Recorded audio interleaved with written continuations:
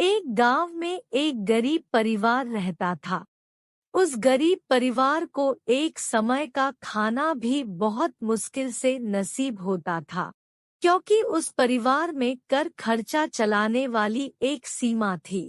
क्योंकि सीमा का पति दिन भर दारू पीता था और जो भी कमाता उन पैसों से बस दारू पीता। और सीमा दुर्गा माता की बहुत बड़ी भक्ति थी।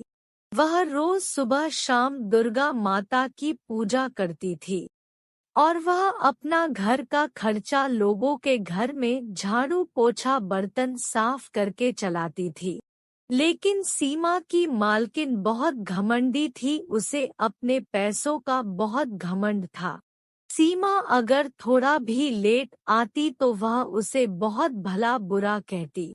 एक दिन बहुत भयानक बारिश आ रही थी और सीमा काम के लिए लेट हो रही थी। बारिश में ही सीमा काम करने के लिए निकल जाती है और भीगते हुए मालकिन के घर पहुंच जाती है। मालकिन सीमा से कहती है, तुम आज फिर से लेट आई हो, ऐसा रोज रोज कब तक चलेगा? मेरे पास तुम्हें देने के लिए फालतू पैसे नहीं है, तो मैं तुम्हारी आज की पगार नहीं दूंगी तुम्हें। मैं यह बात सुनकर बहुत दुखी होती है और अपना काम करने लग जाती है। फिर सीमा अपना काम खत्म करके शाम को घर जा रही थी। रास्ते में उसे एक छोटी बच्ची मिलती है और बहुत भयानक बारिश हो रही थी। सीमा बच्ची के पास जाती है और उससे पूछती है, बेटा तुम यहाँ क्या कर रही हो? तुम्हारे मम्मी पापा कहाँ हैं? देखो बारिश में मत भीगो वरना बीमार हो जाओगी। बच्ची बोलती है, मेरा कोई नहीं है यहाँ। सीमा उसकी यह बात सुनकर दुखी होती है और मन में सोचती है कि मेरा ही घर का खर्चा नहीं चल पाता, मैं इस बच्ची को अपने घर कैसे लेकर जाऊं।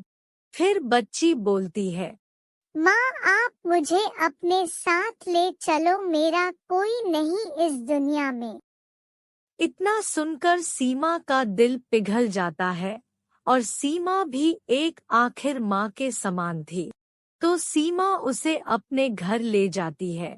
घर जाकर सीमा दुर्गा माँ से कहती है, हे माँ हमारा खर्चा नहीं चल पाता और मैं नहीं चाहती कि यह बच्ची भूखी रहे, तो माँ आप हमारे ऊपर इतनी कृपा करना कि मैं इस बच्ची को भूखी ना रखूं। अगले दिन सुबह सीमा बहुत बीमार हो जाती है। उसकी उठ के चलने की भी हिम्मत नहीं थी। बच्ची बोलती है, माँ आप आज घर पर आराम करो, आपके बदले काम पर मैं चली जाऊंगी।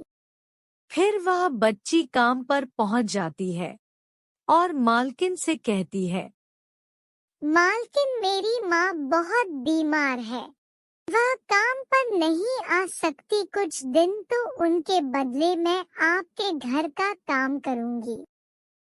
मालकिन बहुत घमंडी थी, वह बोली कि ठीक है काम सफाई से करना।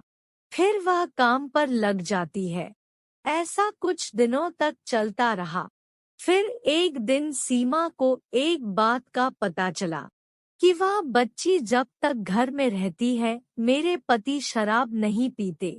उसने ऐसा 2-3 बार नोटिस किया और ना ही उनके घर में लड़ाइयाँ होती थी। फिर सीमा दौड़ी दौड़ी अपनी मालकिन के यहाँ जाती है, तो मालकिन सीमा से कहती है, सीमा तेरी बेटी तो बहुत अच्छी है, पूरा काम सफाई से करती है और उसके हाथ का खाना तो बहुत लाजवाब होता है। फिर सीमा बच्ची के पास जाती है और कहती है, बेटा तुम कौन हो मुझे बताओ, अपने असली रूप में आओ। तो वहाँ दुर्गा माँ प्रकट हो जाती है। सीमा दुर्गा माँ को देखकर बहुत खुश होती है, उनके दर्शन करती है और कहती है, माँ आपने मेरे बलती इतना काम क्यों किया? माँ आप मुझे माफ कर दो, मैं आपको पहचान ना सकी। दुर्गा माता और सीमा की बातें मालकिन सुन लेती है और दुर्गा माता के दर्शन करती है। दुर्गा माँ मालकिन से कहती है, तुम्हें इतना घमंडी नहीं होना चाहिए। अपने पैसों पर तुमने सीमा के ऊपर बहुत अत्याचार किए हैं।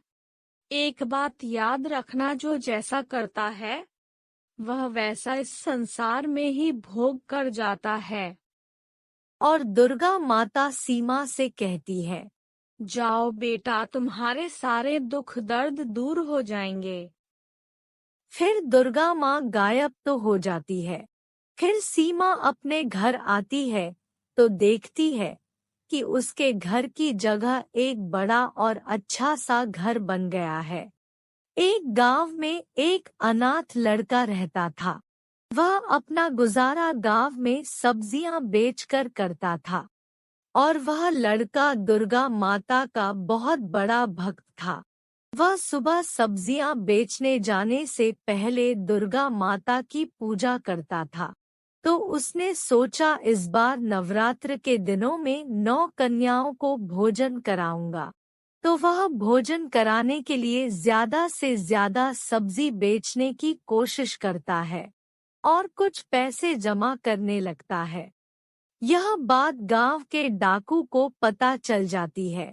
फिर एक दिन एक डाकू सब्जी लेने के बहाने से उस लड़के के पास आता है और उससे कहता है, अरे भाई, सब्जियों क्या भाव दी है?